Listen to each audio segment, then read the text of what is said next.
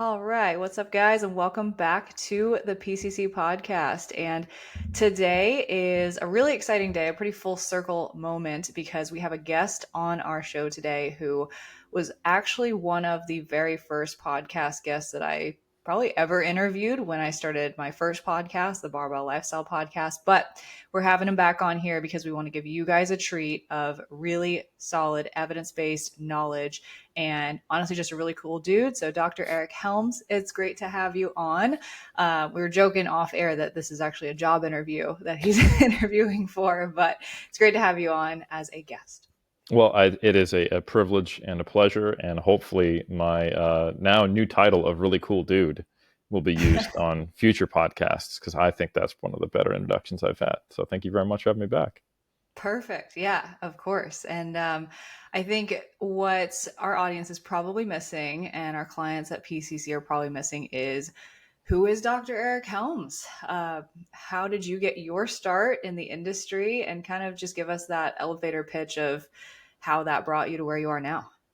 Yeah, essentially, I found myself at the end of my U.S. Air Force enlistment, and I'm going to date myself here all the way back in 2005, in a career that was not fulfilling to me, but was certainly something that could fill the pockets of a 21-year-old. As I had a pretty good skill set coming out of the Air Force, especially at that time. I was involved in um, Arabic language analysis and military intelligence. So obviously, Doesn't being surprise me. I was in during the era right after 9/11 and Wow. the second Iraq War, but I really didn't want to be in that world at all. But I had no other skills. But I did like to lift weights, and that had started towards the end of my Air Force career, and it became something that, with my personality, where I get very obsessive and really interested in every single facet of something that I fall in love with, um, I wanted to dive all in. So I kind of had this fork in the road of take a lucrative but not fulfilling career or take a job at the YMCA for minimum wage as a gym staff member and earn my way up to becoming a personal trainer. Um, and then I started getting really serious about my own fitness as well, and I needed an outlet. So I completed in my first powerlifting meet in 2006. The year prior, I'd found out about natural bodybuilding. I actually got invited to be a test judge at a WNBF show in Augusta, Georgia, where my eventual wife, and I were stationed at the time. She was still in the Air Force. I had just gotten out, and I was like, "Oh wow, natural bodybuilding. That seems really cool." So I did my first powerlifting meet in 2006, and my first bodybuilding season in 2007. Became a pretty much a full time personal trainer, and then in 2009, in my second competitive season, I met the guys at 3D Muscle Journey, Alberto Nunez, Jeff Alberts, and Brad Loomis. Jeff was basically the only person who was truly 3D Muscle Journey because it was just his blog at the time.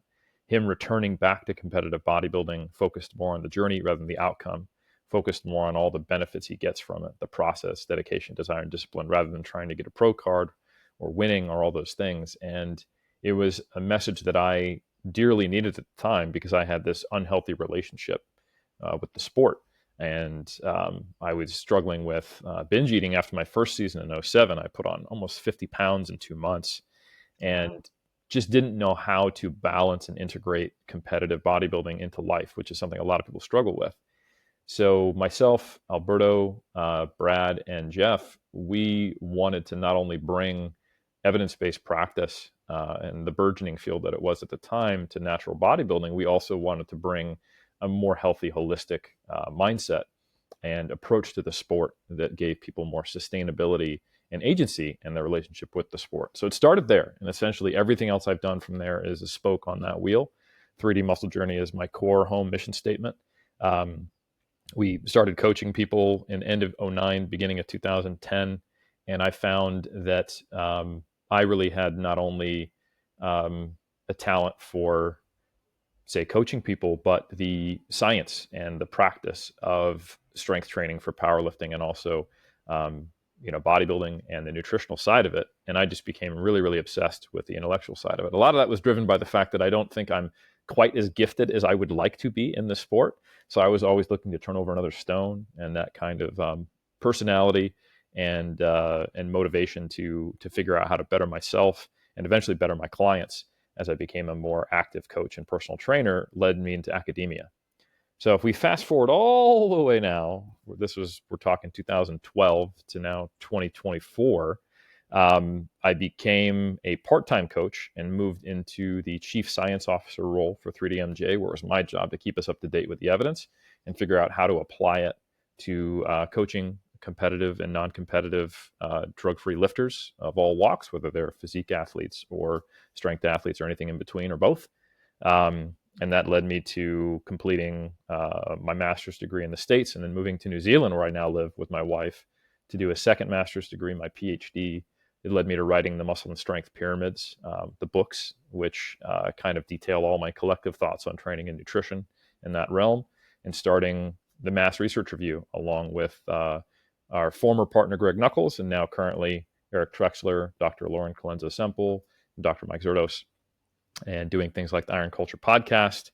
And now I'm a active researcher. I'm a senior research fellow here at Auckland University of Technology, where I did my second master's and PhD. And I have the really cool privilege and pleasure of getting to take people in a similar position that I was over a decade ago who wanted to start their academic career in kind of the field of being a muscle nerd. So people come from all over the world, which still blows my mind, to study muscle nerdy stuff with little old me and do their master's or PhD here at AUT, Auckland University of Technology. And I get to act as their supervisor. And we do a lot of really cool student-led research projects here. And that's kind of all the things that I do now. I'm a research reviewer, an author, an active research fellow here at AUT, and still of course, the chief science officer for 3DMJ, and still competing in bodybuilding, because that's truly where it all started. And I just recently got my WNBF pro card last year, and I plan to compete next year in my first true pro season, where I have a proper off season beforehand. That is awesome. Congrats. That's Thank awesome. you. I did not know about the pro card. No, that's really cool. And I'm actually glad that you dated yourself, because I feel like, and we'll probably get into this at some point, I feel like in this industry that's become so saturated, like one thing that is really stands out among the rest is just like veteranship. The fact that you have withstood the test of time in staying maybe relevant in this industry. Maybe not, Mm. that's not the best word, but just continuing to like pursue a career in this industry when it is really, really volatile. And everything that you just mentioned, I mean, honestly, is all a really big part of my uh, origin story as a coach. Mm. I mean, it was the Iron Culture podcast, it was the Mass Research Review, it was all of that stuff that like really got me deeper and deeper into coaching to build what we have today. So it's really cool to see how that's all just kind of progressed over time, and cool to have you on. So tell me a little bit more about the books, the Muscle and Strength Pyramids, because that's where I really want to direct this conversation to, just the foundation that this gives evidence-based practice and that this gives clients to really have a good focus on like what is most important and where can I put my time and my energy to actually see great results. So what was the thought process behind beginning to write those? Yeah, the books actually started as videos that I took on my S3 Samsung Right. camera in the small conference room at the lab that I work at now, where I did my PhD and my master's at AUT.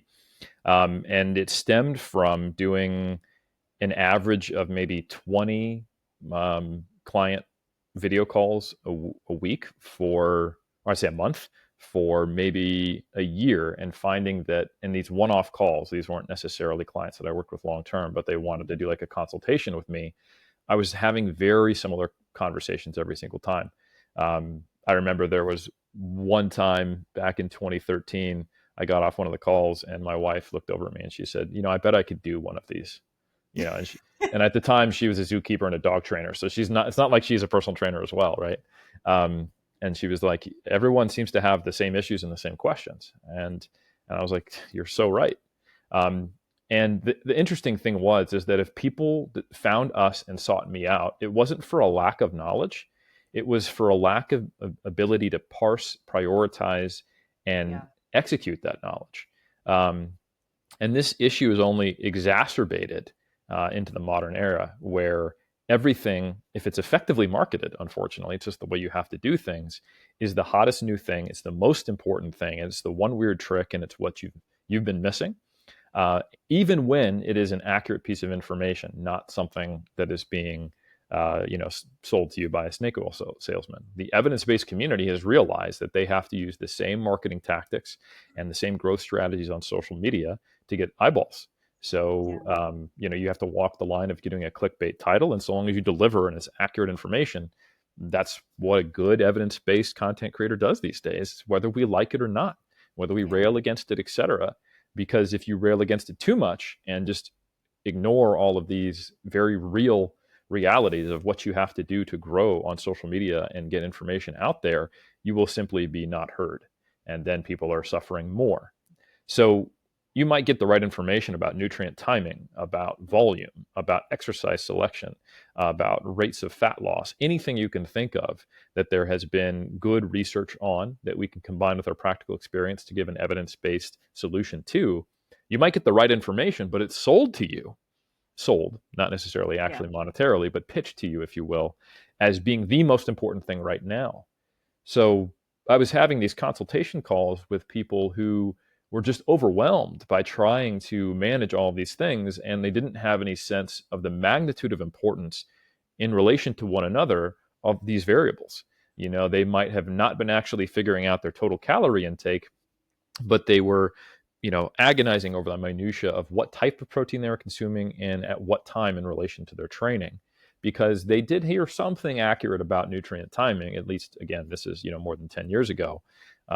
So they came to me to help them focus on the big rocks and to help them then focus from there, if it was relevant to their goals, on the pebbles, and then finally, if they're maybe a competitor and they had all that in order, on the sand, so they could fully fill their cup up, if you will, per that kind of parable. Now, again, so I made videos on this that we put on the 3DMJ YouTube channel all the way back in 2012 and 13 for the nutrition pyramid, and then over the next couple years for the training pyramid. And a huge shout out to my co-author and, of course, our content manager at 3D Muscle Journey, Andrea Valdez, because Andrea came to me and said, these would be amazing books. And she was right, and partially informed by the fact that my other co-author, Andy Morgan, who does a great job of curating really good information and delivering it to his audience, and doing so across languages. He started his Mhm. career by bringing science-based English content to the Japanese market, and he moved there. He's a bilingual European guy from the UK and a great trainer. He had a series of articles based upon my books that were crushing it, and they were actually like there was a time point where if you search the muscle and strength pyramids, my books wouldn't come up or my videos wouldn't come up. His articles would come up, and we're like, okay, we got to get this guy involved.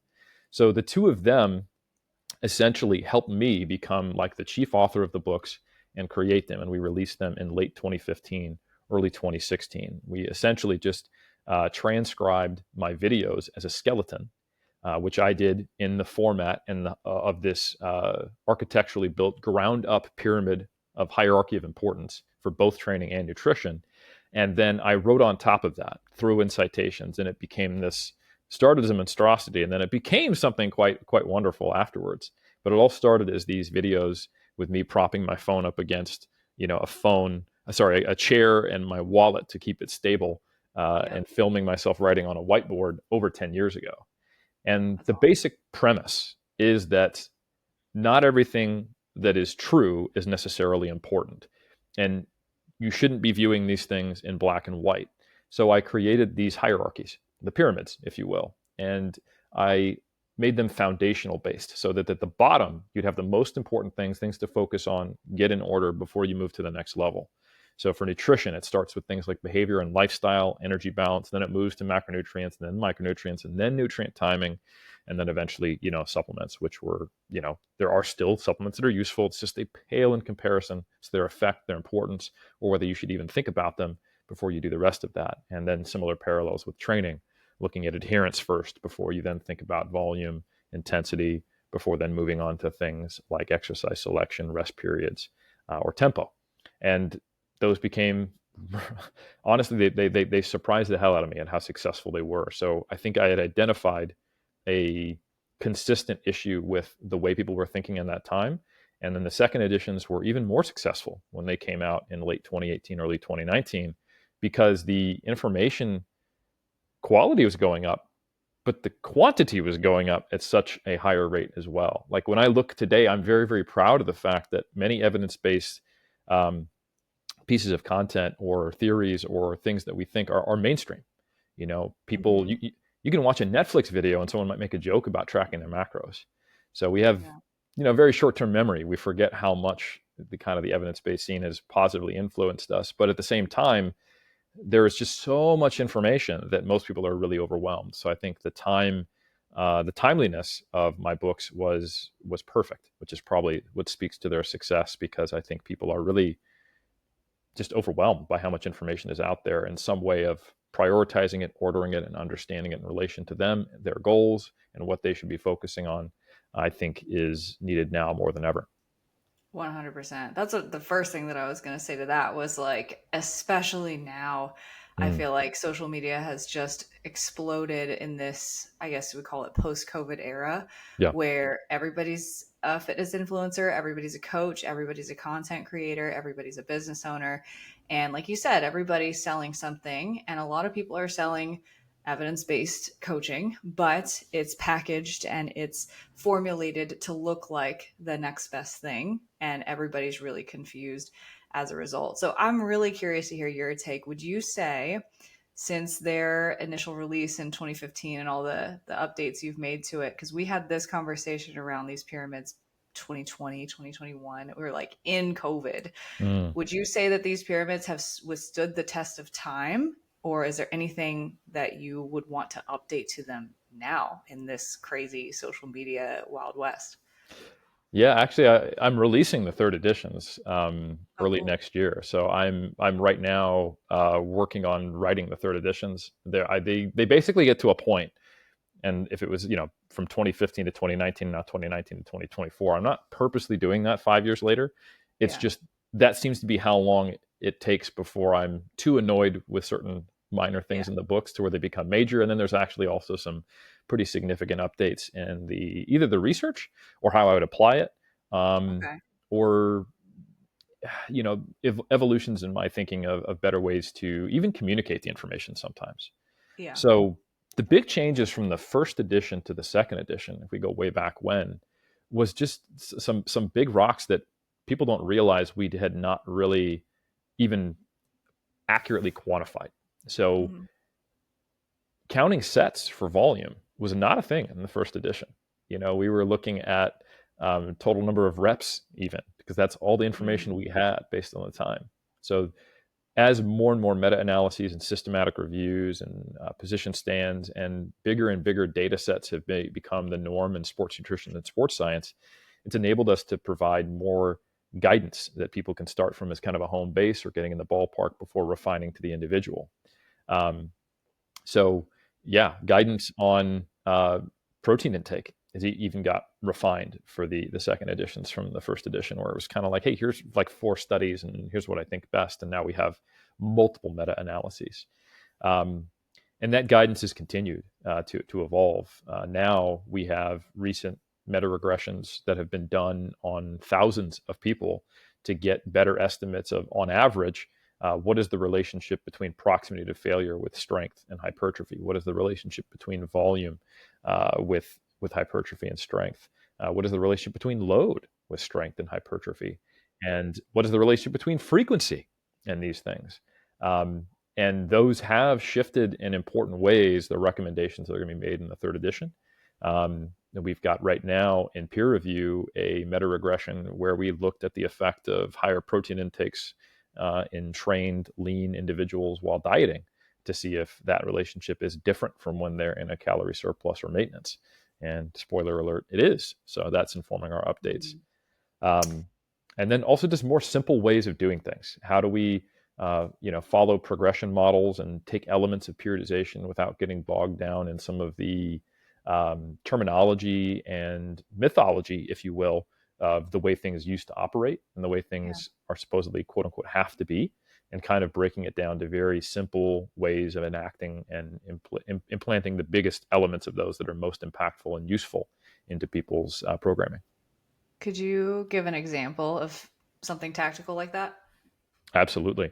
So, for example, in the powerlifting world, RPE is now a very, very common thing. If you were to go back 10 years ago, it was slowly being adopted and there was a lot of pushback against it. But now you can't find a single powerlifter who doesn't consider or hasn't used or doesn't think about RPE in their training. And it's almost a meme, the idea of doing like a single at 8 RPE in the powerlifting community. But Yeah. what that means, how you'd use it, or why you'd use it, lacks a little bit of clarity. And now we have a pretty good understanding that specificity is the main driver of strength, which doesn't sound like a new concept, but what does that really mean? And for someone who is competing in the sport of doing a single rep to competition standard with the heaviest load possible, um, that is what's most specific, is doing a heavy single on the competition lifts. So how frequently you do that, how you rate that, and what you do with that information to inform other decisions about programming is a big change in like the tactical progression chapter. So when you get to be a more advanced athlete training for strength, especially a power lifter, having singles in at reasonably high to pretty high RPEs, which just means that they're close to your maximum, and then deriving an estimated 1RM from that is not only a way to actually increase strength by training more specifically, it's also a way to monitor your progress and see how effective your current training is to drive up your estimated 1RMs to give you constant feedback so you can auto-regulate and change your training. So instead of having to assume that a given 8-week program should result in X amount of strength gain, and then you have to test your 1RM and then rewrite your program based upon that feedback, now you can use these strategies of doing semi-frequent singles on different lifts to different RPEs to have a running average estimated 1RM, which you can see is or isn't progressing, which then you can make real-time changes to your program with less lag time and have a more individualized auto-regulated approach. So that's one way that some of the tools that people are very aware of but can be implemented in a much more useful, individualized manner. But there's a ton Yeah. of stuff like that that's going to be in the third edition. Okay, cool. I feel like this is maybe just a hunch off of like one example that might not translate, but I feel like the way that things are trending kind of over the past, what, decade, because it was 2015 to 19 to now, is that it's almost like we swung in one direction of like, okay, here's like all these rules and these ways to make this program really, really optimal. And then we're kind of getting back to like, well, actually, the more we test it, the more the like intuitive and logical solution that like maybe the bro science was using back in the day tends to like show up as like, that could also work really, really well if we just kind of felt it out and tested it more often, then we know if we're on track or not versus like really rigid programming ideology. So I don't know if that translates to like a lot of the updates, but I feel like that's some of the direction that the fitness industry has gone in general. Well, yeah, I think one of the big mistakes is putting evidence-based practice or sports science in too narrow of a box. You know, just Uh, because something is testable or quantifiable doesn't mean it should be rigid. yeah. And a big part of another element of what I am doing in the books is helping people have a more accurate view of what sports science is for. It's not to tell you what to do on Tuesday in your training. It's to uncover relationships between variables to give practitioners and athletes more tools in their tool belt and know which levers they can and should pull and what they might expect to happen. Yeah. But evidence-based practice, which is something that I've also now explained to the reader what it is, it's not research-based practice. It is the combination of the individual factors of you, if you're thinking about writing a program for yourself or doing your own nutrition, or your athletes or clients, if you're a coach or a trainer, as well as your practitioner experience with the best research evidence. And just simply understanding what the best research evidence is important because you can find individual studies of low sample sizes that will find contrary results to one another. And it's not until you collate them all together and you analyze them with a broader perspective on the data that you can see these consistent relationships which emerge. Otherwise, you can be confused even if you're looking at a bunch of PubMed IDs. So Yeah. first, understanding, what's the hierarchy of evidence and how do I use it and what is it? And then what does it mean is the second piece. because a lot of people will simply go, oh, here's a PubMed ID, I should directly do that. But sports science has not ever been intended to go directly from what is in a study, provide you more limitations than options, and have to take that directly to practice. You have to take the concept from what is learned from these relationships and then integrate it with your experience and what's happening in front of you with your clients or yourself, and then make a decision. So that's a huge part of what I write about in the books as well, is helping people understand that. Because most of the time, people who are thinking that they're evidence-based are really just kind of clinging to black and white thinking with a new set of 10 commandments that isn't just what was the the fit influencer or IFBB Pro telling me what to do, but what did quote unquote science tell me to do, which is Yeah. actually completely counter to the philosophy of science, which is based in probabilistic statistics and inferential. It gives you a p-value, which means the probability that this occurred due to chance. It gives you a confidence interval, which literally means how much confidence do we have that this is an accurate representation of a given outcome. And I think people are attracted to science because they like safety and black and white answers, and they like math and things like that. But that is the exact opposite mentality you really have to have philosophically when you apply the findings from research. You don't get black and white answers. You get conditional answers with probability attached to them, and they tell you relationships and concepts, and then you have to actually think and look and Yeah. respond to what's occurring in the real world to know what to do on Tuesday. Yeah, well, that's what I was going to say too, is like the thing you're teaching people how to do here is critically think. And the direction that a lot of social media and marketing and just like mainstream media in the world is trying to move us in is the direction of not thinking and more mindless, more done for you, more automated. And so it's kind of like two opposite directions, but I think the good information has withstood the test of time for a reason, because people do want to learn those skills and they do want to be taught how to fish, not just given the fish itself. So, no, it's really cool to see that this has continued to gain traction over the years, like even just with the social media boom. And no, I'm excited for the third editions. So Me too. let's do this, because at this point, audience still doesn't know what's on the pyramids. So, so basically, for the nutrition, and I can just like read it off as well, and then we can just get into maybe a little bit more on like what kind of philosophy we should apply to this. But for the nutrition pyramid, we have behavior and lifestyle at the bottom, energy balance, macronutrients, micronutrients, nutrient timing, and supplements. And then for our training pyramid, we have adherence, which is very, very the most important. Then volume, intensity, frequency as level two, progression, exercise selection, rest periods, and then tempo, all within the bracket of periodization. So, could you, I guess, just go one at a time with explaining kind of the hierarchy here, why you put the things where you put them, and how that's going to help our general client, our general weight loss, fat loss client, really be able to prioritize and just cut through the BS?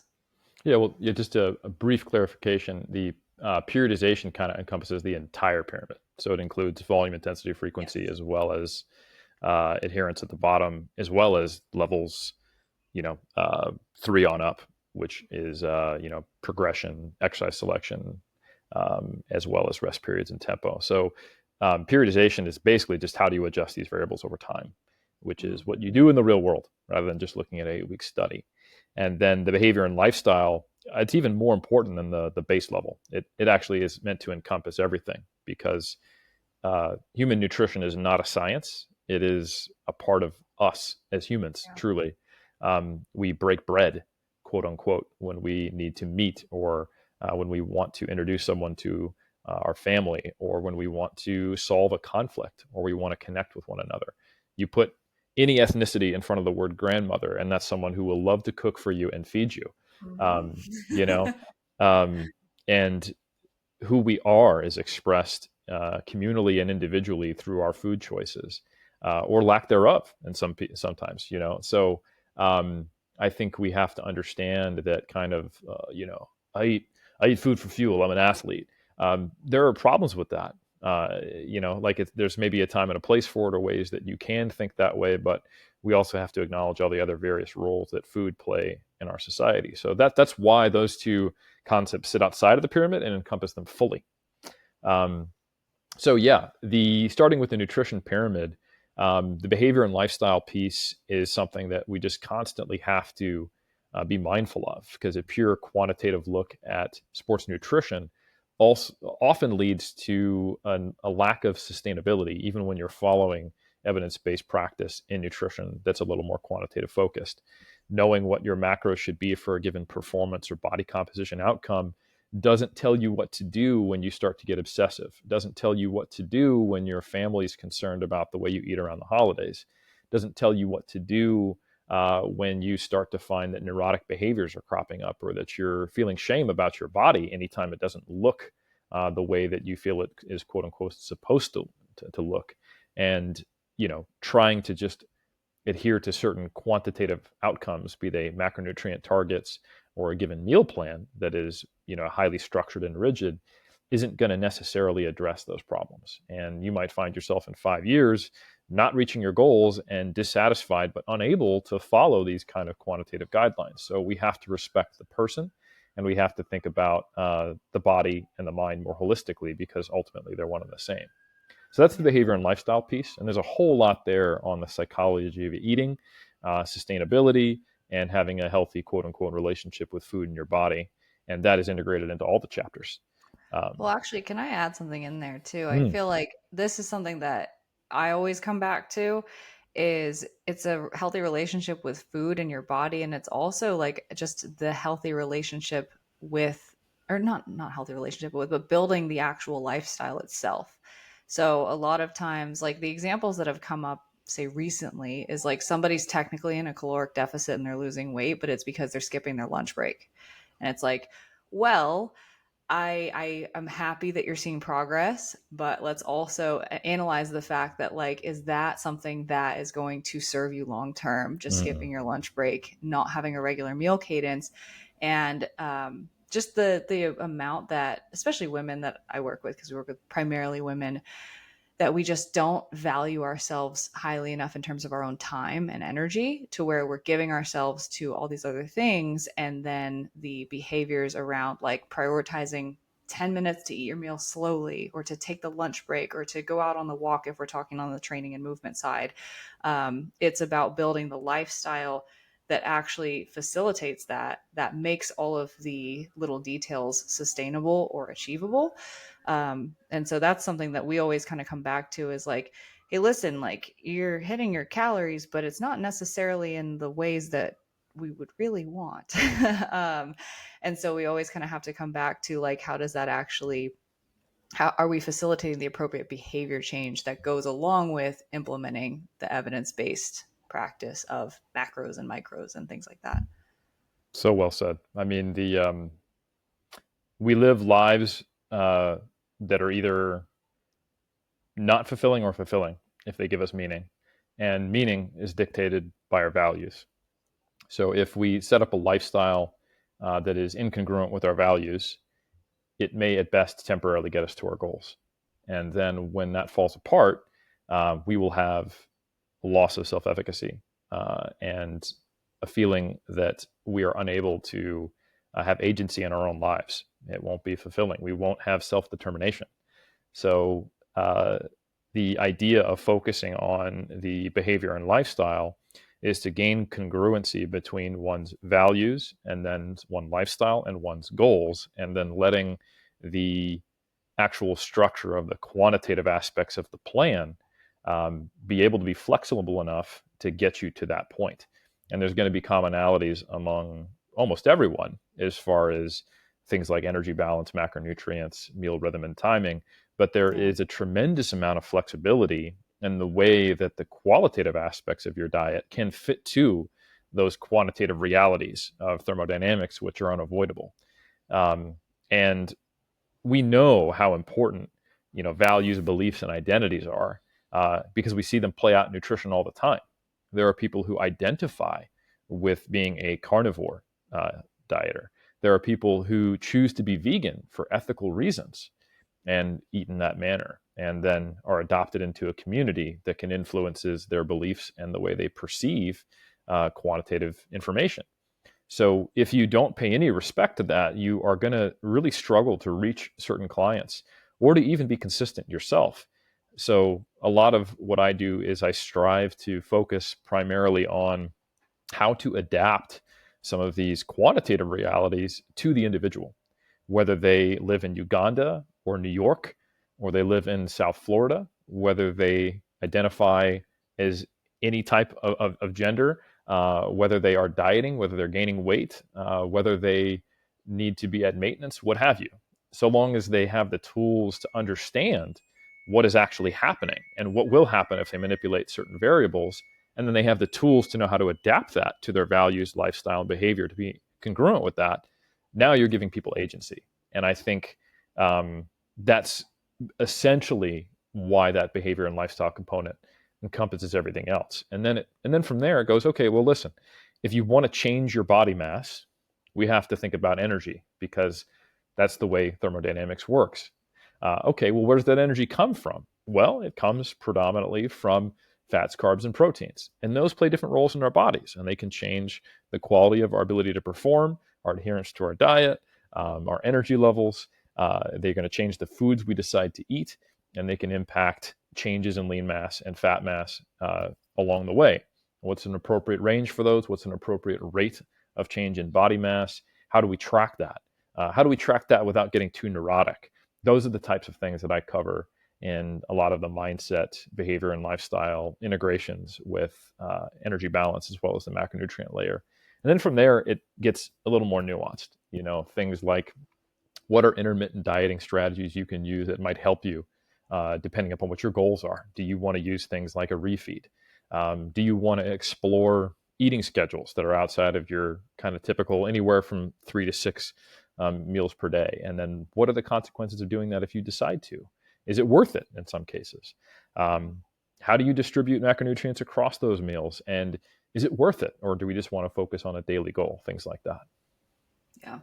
And I think too with the pyramids, it's always given me a really good fallback for kind of there's an actual scientific term for this that I can't remember, but the way that I put it to clients is like, let's use minimal effective effort when it Mm. comes to seeing results. So like if all you had to do to start losing weight was stop drinking calories on top of eating them, why would we go into tracking all of your macronutrients to the gram? Like, why is that necessary? And so I think that's where it's like the dogmatic approach of like, I'm a macro coach, everybody's going to track macros, falls short because that person actually really didn't need that level of detail. And it's probably overwhelming for where their starting place was. But then when we get to a place where we've made some behavior and lifestyle modifications, maybe those are mindful eating techniques or repairing relationship with food or communicating with loved ones about nutrition goals or family meal planning tactics, then we can look at, okay, well, what about total calories as a whole when those are managed? Because it actually gets easier. Every time you manage the level below, I feel like the level above is easier to manage because there's more controlled factors underneath. And so then it's like, well, you're actually probably already eating a more consistent caloric intake when you've done all those things. And then it gets easier to look at macronutrients and things. So I found that it's allowed me to kind of just always take a low hanging fruit approach with clients, and they're always really surprised when I'm like, there was one girl I onboarded the other day. I was like, hey, so like you're not doing any strength training right now? She was like, nope. And I was like, what about movement, walking? Really not that much. But she was like, I just got a walking pad. And I was like, cool. Can we just pull that out? How many meetings do you have a day? She's like, tons. And I'm like, you think you could do like one meeting a day? And it's like an hour of walking. And that plus increasing protein and vegetable intake in her meals has been like a game changer. So, and it's just the sigh of relief of like, I thought you were going to like kill me with some crazy workouts on week one. That's always the most gratifying thing for me, is like that surprise of it doesn't Mm. have to be that bad. Yeah, honestly, finding the path of least resistance and the biggest rocks to put down first. Um, I don't know if we want to jump over to it yet, but the first thing that popped in my head is really this comes down to shifting from black and white views of what is good, right, or optimal, even when those are an accurate description of them quantitatively, towards understanding things in terms of trade-offs and the relationship that you get between things in a more nuanced way. So I think an example of this is the volume discussion. Um, if someone hears some of the typical conversations around volume, they could come away with, okay, cool, I need to do 20 plus sets to maximize hypertrophy. That's not incorrect at a population level when looking at the relationship between volume and hypertrophy, but it doesn't really tell you whether that's worth it. To understand rather that there's a diminishing returns relationship with this amount of volume, now you understand that between 5 to 10 sets gives you basically what you were saying, the biggest return on investment. That those 10 sets might produce on average roughly like a 4 or 5% increase from baseline in a hypertrophy measurement. And yes, 30 sets will do twice that amount, but that's triple the amount of volume. That's triple the Exactly. amount of time you're spent training in the gym. Exactly. That's potentially triple the injury rate. Not saying that higher volumes are more likely to produce injury, but even if you keep the same one injury per 1,000 hours, the really low rate that you might get on average from bodybuilding, that's 3 times the number of hours for a given unit of time. And it could end up being a tortoise versus hare scenario. And then it's thinking of, okay, well, what's the best way for me to implement this? And then also understanding what's the limitations of this data. If these are actually kind of 2 to 3 month long specialization cycles, really what this study is telling me is, it's what question it's answering is not how much volume should you do.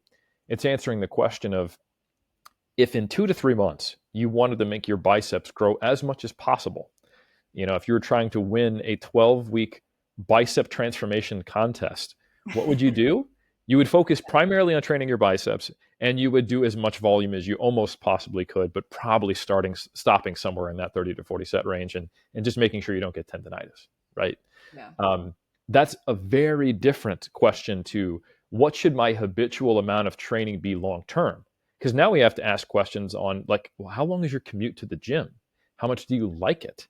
Are you willing to train to failure most of the time, or do you actually really not like that sensation, and you need to know what's kind of like the minimum proximity to failure to where a set is actually effective? Or how can we do that in a different way? Do we need to compensate for other factors in your training which may or may not be optimal, but we can pull back? What equipment do you have access to, and are those really useful ways of generating a lot of volume? Or do we need to think about the limitations of the fatigue generated by those exercises? What goals do you have? Over what time frame do you want to achieve them? How advanced are you? What is a reasonable expectation for the level of or like the magnitude of change we can see in your physique over time? And then if that's really slow, how much are you willing to invest to try to offset that? Or are you okay with getting to your goals in 2 years versus a year and 8 months or something like that? And is Yeah. that worth doubling your time in the gym? Because that conversation is not had on YouTube. Typically, it just tells you, new study says that up to 30 sets per week is still providing a positive relationship with hypertrophy. You don't really think about just how much those returns diminish, what those studies really tell you based upon their limitations. And they don't ask you to think about the question of, what would this look like in my life for real? And could I keep up with that? And is the juice worth the squeeze? Yeah. That's a question that comes up a lot, is the juice worth the squeeze? Because I love the way that that kind of puts it.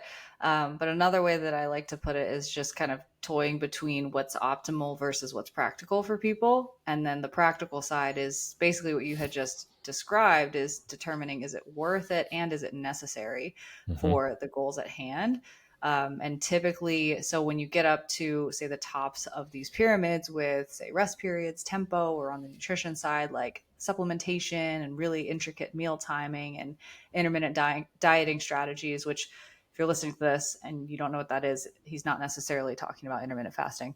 But when you're talking about those things, is it actually necessary to see results? And the reality is for most people, at least that I've worked with over the past 8 or 9 years now, is that most people are not doing enough of the bottom two layers of the pyramid and not addressing enough behavior and lifestyle for any of that to really matter. But it's because we live in this digital age where we're constantly being shouted at that we keep getting pulled away from the purpose, which is why these pyramids, coaching, and like really being able to just keep people focused on really basic stuff is so important. So yeah, optimal versus practical is a big one. Of you could do that.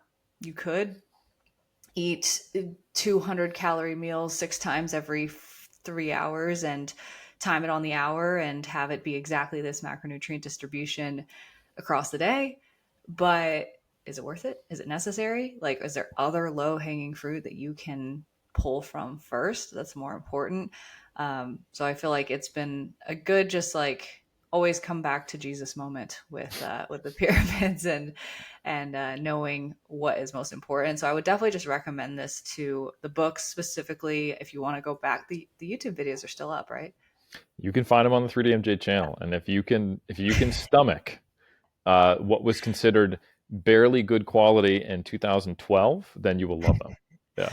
Perfect. Sometimes it's a nostalgic feeling that you get with stuff like that. Yeah, excuse But me. They're I not would they're not bad quality. They're retro, and you can enjoy that they're neo nostalgic vintage. feeling. They're vintage videos. Thank you. Yeah. Yeah. But I would recommend either that or the books or the new editions coming out for our clients, like especially like graduating in the process. Mm. Like you're leaving your coach, you're really going on your own. Like have these in your back pocket because it will always bring you back to center of like, am I doing what we call the basics, the big rocks, the things that actually move the needle? Well said. I got nothing to add to that. You said it so well, Marissa. Cool. Well, I guess if you could, if it's possible, I was wondering, you mentioned there were a few of like those bigger perspective shifts and updates in the third edition that I'm curious about. If you want to provide maybe just one or two examples of things that you're excited about that are different Yeah. in the third edition. Absolutely, yeah. So a big part of the muscle and strength pyramids is that I've presented information on how to utilize the information if your goal is to build strength or build muscle. And that includes potentially losing fat to maintain muscle or maintain strength if that's someone's goals. And a lot of the training guidance um, was blended to provide the best information for either goal or people who had both and describing how to do them. And in most general pop, people are interested in both. But there are also a tremendous number of, say, physique interested or strength interested, competitive or non competitive individuals who I serve with the book. And the more information we have now, we are seeing some of really cool divergences between some of the relationships. So, for example, there is a diminishing returns relationship between the number of sets you do per week uh, and strength and hypertrophy. And they both have a dose response relationship. But man, are those relationships different. And the way that you actually count sets has been more clearly elucidated with recent data. So again, really big shout out to the team over at Data Driven Strength, a group of graduate students working with Dr. Mike Zerdos at Florida Atlantic University. Recently finished Dr. Zach Robinson, current PhD student Josh Pellin. They both released, one is fully published, one is still a preprint, a series of meta regressions that took them literally years to do on thousands of participants, as many as I think close to 3,000 in their analysis of proximity to failure and looking at strength, and then as few, quote unquote, as just slightly over 1,000 looking at the relationship between sets and hypertrophy. So they got this information as far on frequency, proximity to failure, which is an element of intensity, as well as volume and the relationship between strength and hypertrophy. So like the second layer of my book is now like 80% these two meta regressions because they're the highest quality evidence we have, and they're really nuanced analyses. One of the really cool things they did in the volume analysis was they tried to see what's the best way to describe the relationship between volume and strength and hypertrophy, and also frequency in terms of the way we quantify sets.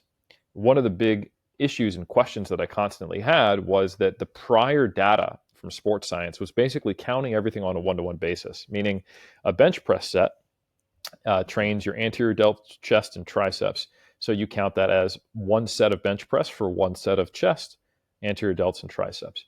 But we Yeah. know in the real world that you're probably going to get more out of like a skull crusher or an overhead cable extension for your triceps than you are a bench press set.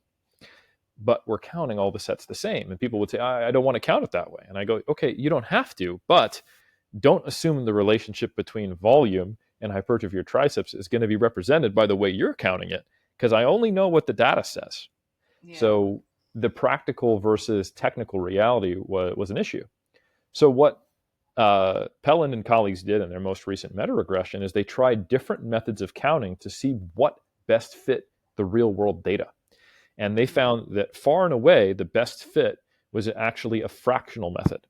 So the way they would count that bench press would be as a one-to-one set for chest, but as a half set for triceps. And that far and away was a better description of the data.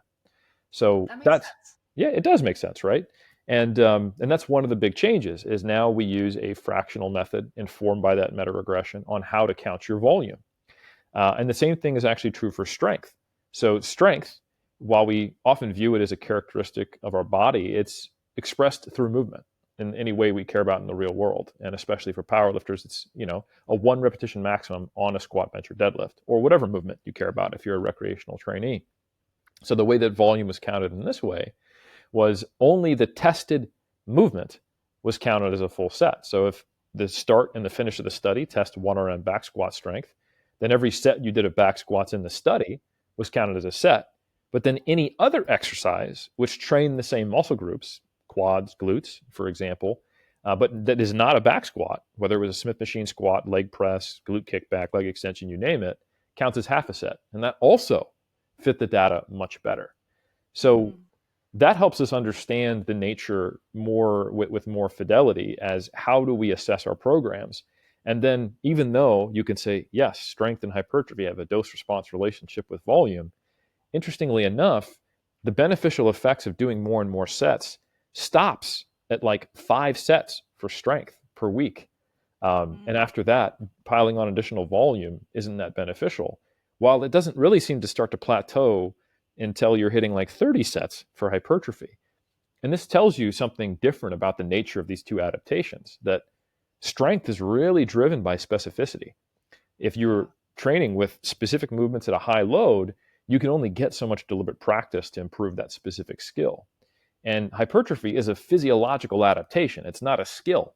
So if you can Yeah. put more strain and stress on a muscle and recover from it and not get tendonitis and not hate your life and have the time for it and everything we talked about before, the dose response relationship, although it really strongly diminishes, it continues. And then we Yeah. also have to think about how are they interrelated?